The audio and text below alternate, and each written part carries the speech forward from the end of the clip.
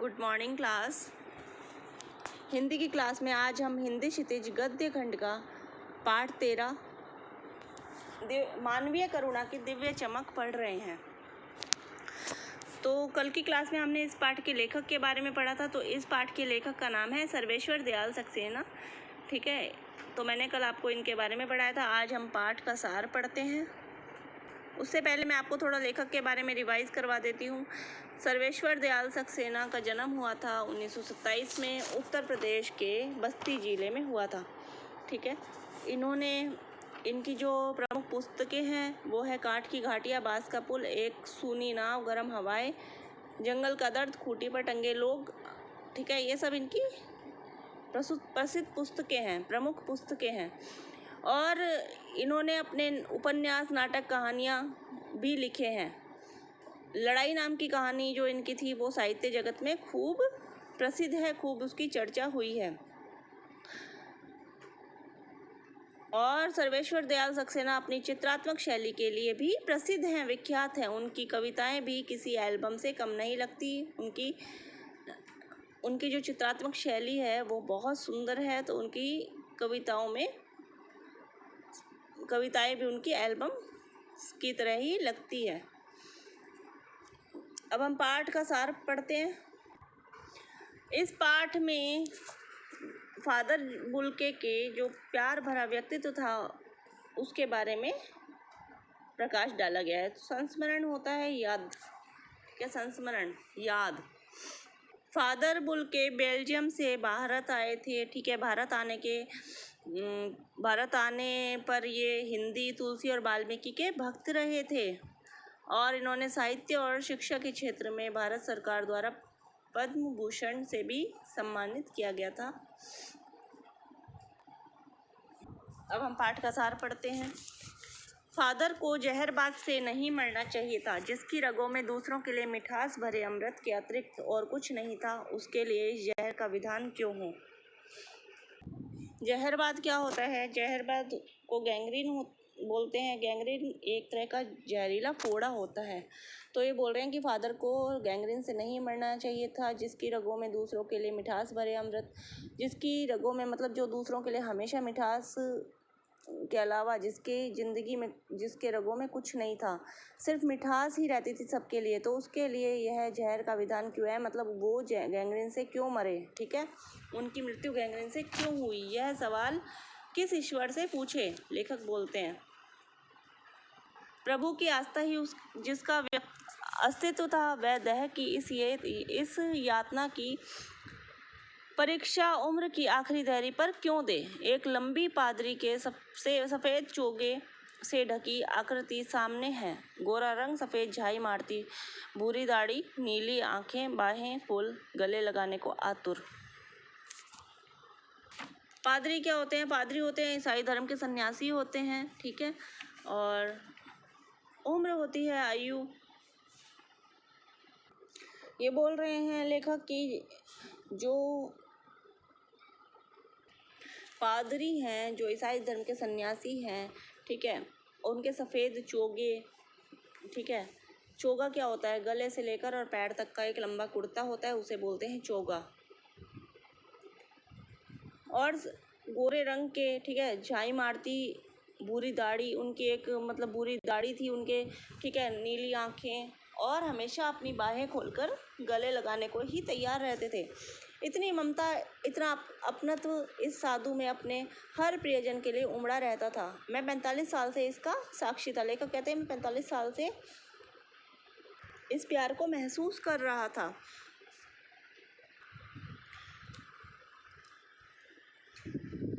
तब भी जब वह इलाहाबाद में थे और तब भी जब वह दिल्ली आते थे। आज उन बाहों का दबाव मैं अपनी छाती पर महसूस करता हूँ। फादर को याद करना एक उदास शांत संगीत को सुनने जैसा है। उनको देख करुणा के निर्मल जल में स्नान करने जैसा था। और उनसे बात करना कर्म के संकल्प से भरना था। मुझे परिमल के वे दिन याद आते हैं जब हम सब एक पारिवारिक रिश्ते में बंधे जैसे थे, जिसके बड़े फादर बुल्के थे। हमारे हंसी मजाक में वह निर्लिप्त शामिल रहते, हमारी गोष्ठियों में वह गंभीर बहस करते, हमारी रचनाओं पर बेबाक राय और सुझाव देते, और हमारे घर में किसी भी उत्सव और संस्कार पर बड़े भाई और पुरोहित जैसे खड़े हों। लेखक कहते हैं हमारे पारिवारिक रिश्ते में मतलब वो बंधे हुए थे कि हमारे परिवार में कोई भी कार्यक्रम होता तो वो बड़े भाई बनकर आते, ठीक है, और पुरोहित जैसे मतलब पंडित जैसे खड़े रहते, और जो हमारी रचनाएं होती थी उन पर वो अपनी राय भी देते थे, ठीक है। लेखक ये बताते हैं, मुझे अपना बच्चा और फादर का उनके मुख में पहली बार अन्न डालना याद आता है, और नीली आंखों की चमक में तैरता वात्सल्य भी, जैसे किसी ऊंचाई पर देवदारू की छाया में खड़े हों। देवदारू क्या होती है? देवदारू का मतलब होता है पहाड़ों पर पाए जाने वाला एक बहुत लंबा और छायादार पेड़ होता है, उसे हम बोलते हैं देवदारू। और वात्सल्य क्या होता है? वात्सल्य का मतलब होता है छोटों के प्रति प्यार।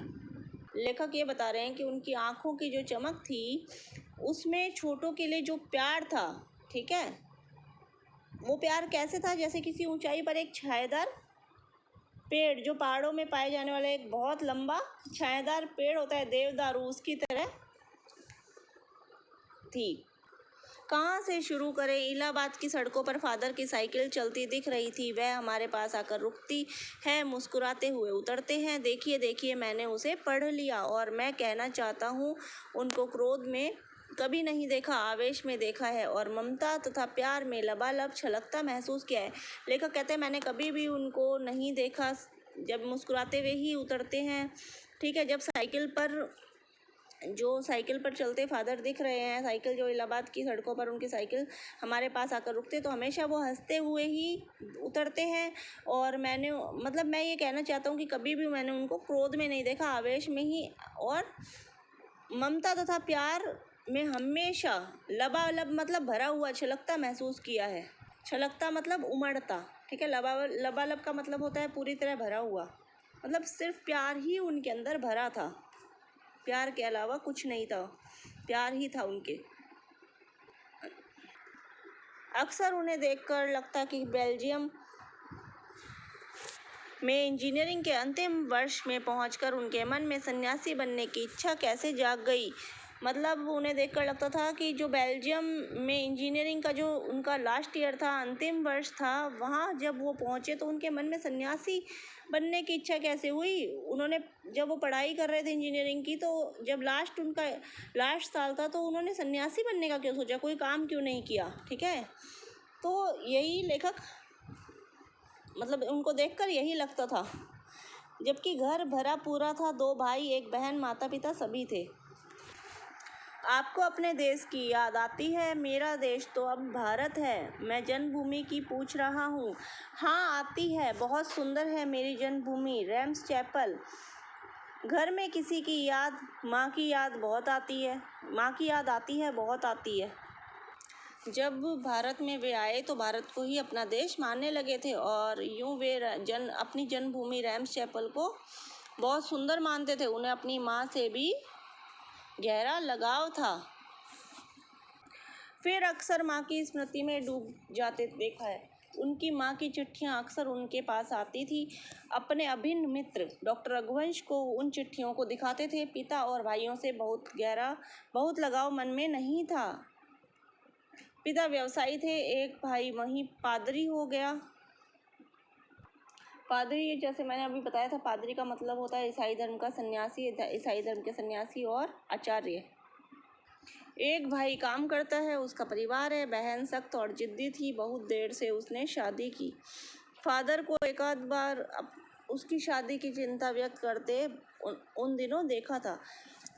भारत में बस जाने के बाद 2 या 3 बार अपने परिवार से मिलने भारत से बेल्जियम गए थे। लेकिन मैं तो सन्यासी हूँ, आप सब छोड़कर क्यों चले आए? प्रभु की इच्छा थी, वह बालकों किसी सरलता से मुस्कुराकर कहते। माँ ने बचपन में ही घोषित कर दिया था कि लड़का हाथ से गया। मतलब माँ उनकी कहती थी बचपन में ही कि लड़का हाथ से गया। पर सचमुच इंजीनियरिंग के अंतिम वर्ष की पढ़ाई छोड़ फादर बुल के सन्यासी होने जब धर्म गुरु के पास गए तो कहा मैं सन्यास लेना चाहता हूँ। जब इंजीनियरिंग की अंतिम पढ़ाई थी तो उन्होंने क्या करा, तब वे जो उनके धर्म के गुरु मानते थे जिन्हें, उनके पास गए और धर्मगुरु जो थे, ठीक है, तो उनके पास गए और बोले मैं संन्यास लेना चाहता हूँ। तो एक शर्त रखी, संन्यास लेते समय संन्यास लेने वाला शर्त रख सकता है मैं भारत जाऊंगा।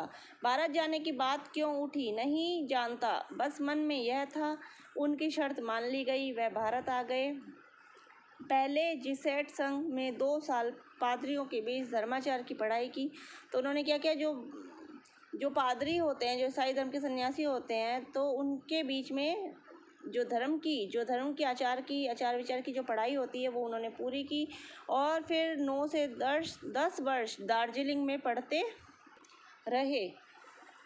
कलकत्ता से बीए किया और फिर इलाहाबाद से एमए, ठीक है, कलकत्ता से इन्होंने बीए किया और फिर इलाहाबाद से एमए किया। उन दिनों डॉक्टर धीरेन्द्र वर्मा हिंदी विभाग के अध्यक्ष थे।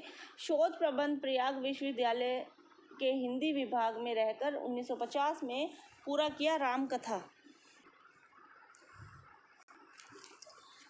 फादर बुल्के ने पहले 2 साल जिगेट संघ के पादरियों, मतलब ईसाई धर्म के सन्यासी जो होते हैं, उनके साथ रह के क्या किया था, धर्माचार की पढ़ाई की थी, धर्म का आचार विचार मतलब की पढ़ाई की थी।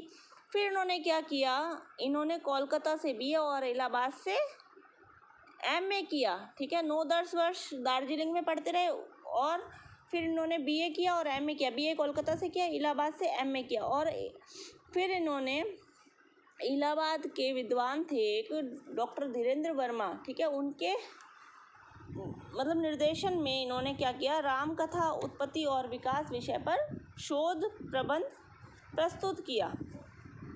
शोध प्रबंध क्या होता है, जो खोज करते हैं, खोज करने के बाद में जो पुस्तकें लिखी जाती है उसे बोलते हैं शोध प्रबंध, ठीक है। और उत्पत्ति का मतलब होता है जन्म।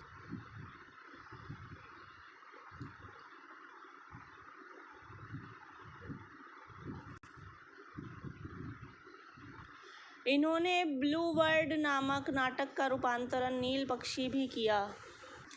परिमल और उसके अध्याय पढ़े गए थे। फादर से मातरलिंग के प्रसिद्ध नाटक ब्लू बर्ड का रूपांतरण भी किया है नील पंछी के नाम से।